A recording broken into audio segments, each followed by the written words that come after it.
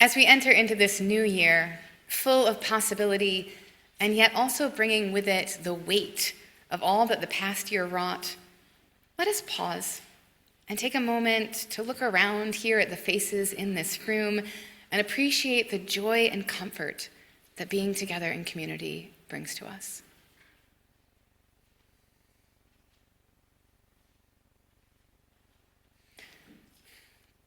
"2025 was a year like no other.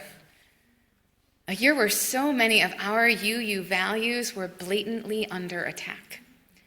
A year where words like equity and inclusion became weaponized. A year full of changes. An unknown author wrote, "Change is never painful. Only resistance to change is painful." And I can imagine this quote raising some hackles, because we have to resist these changes. That's the point, right? As a people who believe in justice and equity, you could even say that it is our moral imperative. But that's not what this quote is saying, right? It's reminding us that changes happen. In fact, as Heraclitus wrote long ago, the only constant is change. Well, that and dishes and laundry. No, this quote is reminding us that it is in the denial of the truth that change has already happened where we feel pain. Because what we can't accept, what we can't change, is what has already occurred. Right? We have to accept it and move forward within the reality in which we currently live. In the musical Hadestown, they give a toast to the world we dream about and the one we live in now. This world that we are currently living in, the one we live in now, it seems to have less and less in common with the world that I have been dreaming about. This world where, just as the new year has started, the government of this country has captured the leader of another nation to extradite them by force to face charges in a country that they are not even a citizen of. And at this point, they don't even seem to be pretending anymore that it's about narcotics or human rights abuses, and are just acknowledging the reality that it's about oil and power.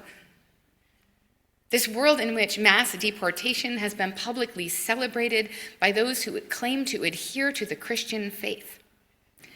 A faith whose sacred text is filled with words reminding us to welcome the stranger, the foreigner, the immigrant. Just one example of this is Hebrews 13:2, where it reads, "Do not neglect to show hospitality to strangers, for by doing so some have entertained angels without knowing it." And those who attempt to live that faith and protect the stranger are brutally murdered by immigration officers. Renee Nicole Good was a 37-year-old mother who was just trying to protect her neighbors. She was unarmed and attempting to drive away. This world of continued attacks on reproductive rights, anti-trans legislation, denial of climate science, and draconian cuts to programs that aid the poor and further science and prosperity. A world that seems intent on lifting up voices of hate and drowning out those of love. How can we possibly accept these changes? Isn't that even more painful? But acceptance isn't capitulation. And just because we are acknowledging the truth of what has happened doesn't mean that we can't fight for future change. Change that can begin to shift us towards that world that we dream about. We as UUs are given the task of both embracing and fighting for change. In college, I took a class called Movement for the Opera Singer. And as part of that class, we read essays from Anne Bogart's A Director Prepares. And one of the essays was titled Violence. In it, she wrote, "Art is violent. To be decisive is violent." Antonin Artaud defined cruelty as unrelenting decisiveness, diligence, strictness. To place a chair at a particular angle on the stage destroys every other possible choice every other option. When an actor achieves a spontaneous, intuitive, or passionate moment in rehearsal, the director utters the fateful words, "Keep it," eliminating all other potential solutions. And at the time, I was so mad about this essay. I felt like using the word violence to describe making a choice in a theatrical production was belittling the very real violence that people experience in this world every day. And yet, when we make a choice, we can't go back and unmake that moment. When words fall from our lips, we can't take them back. When we cast a ballot, we can't uncast it, whatever the results end up being. We can make different choices in the future, but that choice, that moment, has destroyed all other possibilities. And this is really what that quote is getting at. Change is never painful. Only resistance to change is painful. Because we can't fight against something that has already happened, but we can acknowledge it and accept it and practice resistance by moving forward. In many ways, we see this play out in our own UU communities. Changes create tension, a tension between clinging to what was and accepting what is.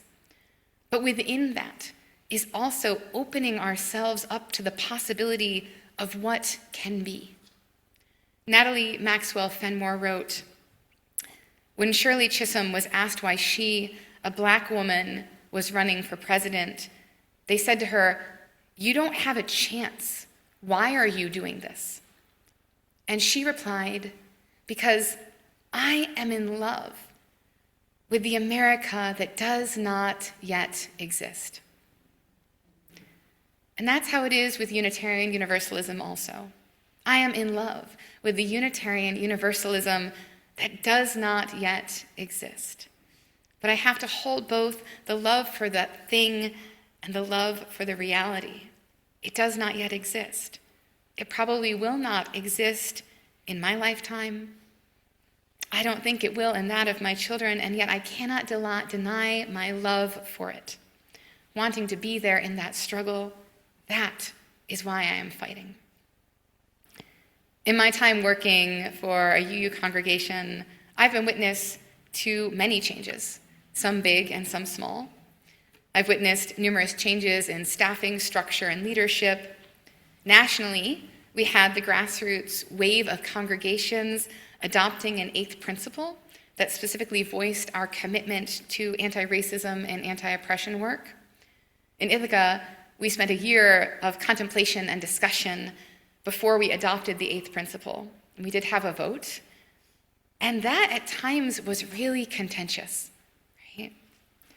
We've had the shift on the national level at the UUA and their bylaws from the principles and sources to the new values, and this has also been challenging in its own way. Past UUA President Reverend Susan Frederick Gray said, "We know from these last several years the challenge, the loss, and the creativity and possibility that these transitional times offer to us. In liminal times, there's always a risk that fear and anxiety will dominate and lead people to cling more tightly to what has been. In times of stress and anxiety, of fear and uncertainty, it's only natural for us to want to cling to the familiar, to want to resist changes that we feel like we have any control over, because there is just so much that is outside of our control. One of the changes that has brought me joy is that we've had a large increase in families and children at our Ithaca congregation. I haven't been here with you all long enough to understand the fluctuations that this congregation has gone through, but the pandemic really decimated our RE programs in Ithaca. So this increase in children and families since our time of separation, it's been beautiful. And it's imperative to the longevity and health of our faith that we attract and retain families and children and youth. And I haven't noticed it here so much, but in Ithaca, it's really noisy. Yeah. Often children are chaotic and messy. I have 2 at home, and my house is never clean. And based on research, because we are a people who believe in science and reason, that hasn't changed regardless of principles or values. Based on research, many of our communities have changed the way that we invite families in. Current understandings of how religious communities thrive and grow show us that true multi-generational worship and programming is the most effective way to meet that objective. This is why we invite the children into the first part of our services every week instead of immediately sending them to their classrooms. This is why, in both congregations, I know we have a Sunday a month where the children and youth are invited to stay for the entire service. And that service is planned knowing that it will be a multi-generational audience. This is something that you all do here really well. And I've been learning so much about what it means to be a multi-generational community from you all. And I want to lift up that multi-gens can be the most challenging services that we offer. The children are often fidgety and bored, despite best efforts to make these services pedagogically appropriate, to involve the kids in the service, to help them engage kinesthetically, with opportunities to move or have activities or rituals. On the flip side, in Ithaca at least, many adults have expressed that they feel like the messages aren't intellectual enough. Maybe some of you feel the same way. Creating a multi-generational service that's meaningful for everyone in the room can feel daunting. And I would guess that there are some of you here that remember the days when the children never came into the service, when they just went straight to RE every Sunday. Congregations have made these changes because of what research is telling us. And remember, it's not the changes themselves, but the resistance to those changes that is painful.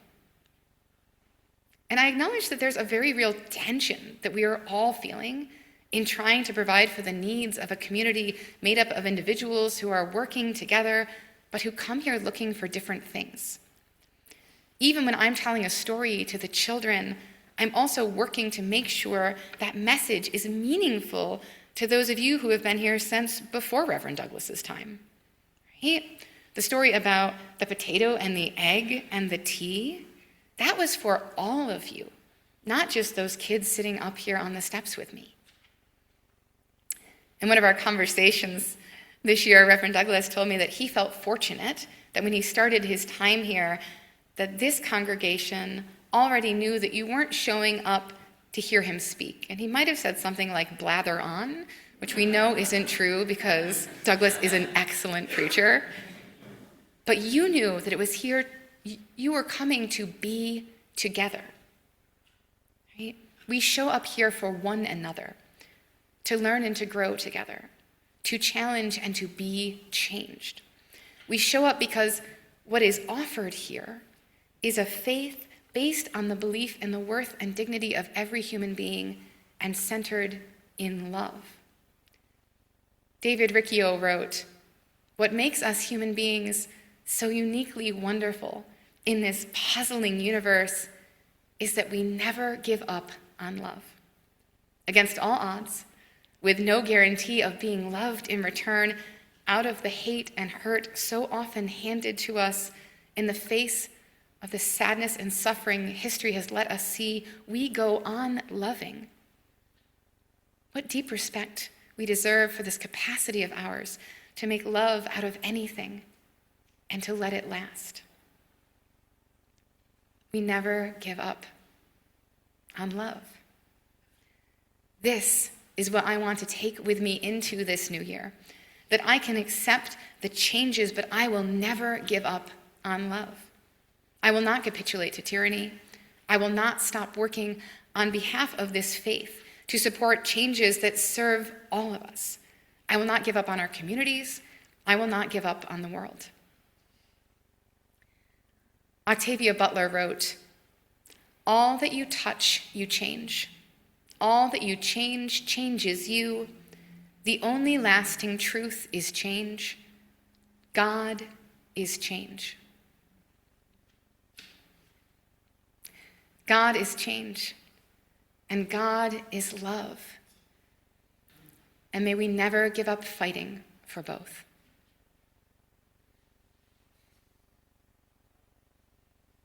Beloveds, I invite you to rise in body or spirit and join us.